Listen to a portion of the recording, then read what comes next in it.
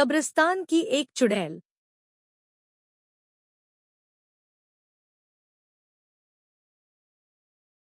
एक बार की बात है, केरल के एक छोटे से शहर में सुल्तान नामक एक डरावना कब्रिस्तान था। ऐसा कहा जाता था कि उस कब्रिस्तान में विभिन्न प्रकार के अलौकिक शक्तियां रहती थी। एक चांदनी रात को बिली, लूसी और रोहित तीन दोस्त कब्रिस्तान के किनारे पर एकत्रित हुए। अचानक उनको कब्रिस्तान से भयानक फुसफुसाहट की आवाज सुनाई दी। आवाज कहाँ से आ रही है यह देखने के लिए वे हाथ में टॉर्च लेकर सावधानी से कब्रिस्तान के गेट से अंदर घुसे। जैसे ही वे कब्रिस्तान में दाखिल हुए, हवा तेज चलने लगी। अचानक उन्होंने एक इंसान को एक मकबरे के पास टहलते हुए देखा।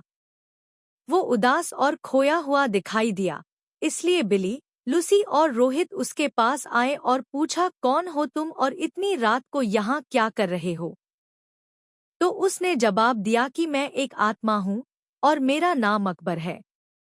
अकबर ने उन्हें उस भयानक अभिशाप के बारे में बताया जो इस कब्रिस्तान के सभी आत्माओं को परेशान करता था। हर रात एक प्राचीन चुड़ैल जागती थी और कब्रिस्तान पर जादू करती थी और अकबर जैसी मासूम आत्माओं को अपने वश में कर लेती थी। अभिशाप को तोड़ने का एकमात्र तरीका कब्रिस्तान की पीछे जंगल में एक पेड़ के नीचे छिपी हुई मंत्र पुस्तिका को ढूंढना और आधी रात से पहले उसे नष्ट करना था। जादुई पुस्तक ढूंढने की दृढ़ संकल्प लेकर बहादुर तिकड़ी अपने मिशन पर निकल पड़ी।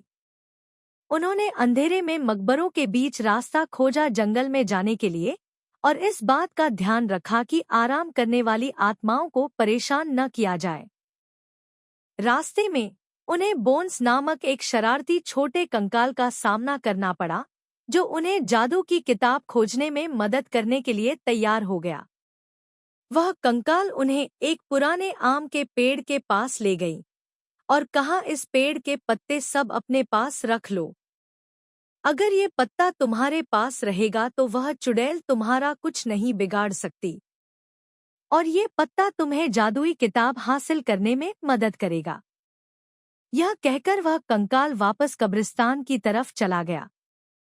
आम के पत्ते को अपने हाथ में लेकर तीन दोस्त जादुई किताब ढूंढने लगे। बहुत ढूंढने के पश्चात जंगल में एक झील के अंदर उन्हें छमता हुआ कुछ दिखाई दिया। रोहित को तैरना आता था तो उसने झील के अंदर जाकर वह चमकता बॉक्स ले आया।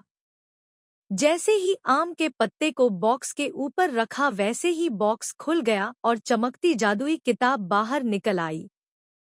आधी रात करीब आते ही वे तीनों अपने हाथों में जादू की किताब लेकर श्राप को तोड़ने के लिए कब्रिस्तान की तरफ बढ़े। कब्रिस्तान में आकर वे किताब को खोले और एक प्राचीन मंत्र का पाठ किया। मंत्र पाठ करते ही जमीन कांपने लगी और कब्रिस्तान में एक तेज रोशनी छा गई। वह चुड़ैल जाग गई और गुस्से में दिखाई दी, लेकिन उसकी शक्ति धीरे धीरे कमजोर हो रही थी।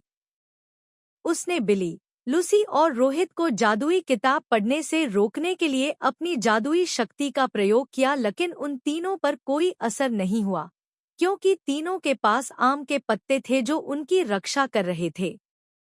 धीरे धीरे चुड़ैल की सारी शक्ति भस्म हो गई और चुड़ैल भस्म हो गई।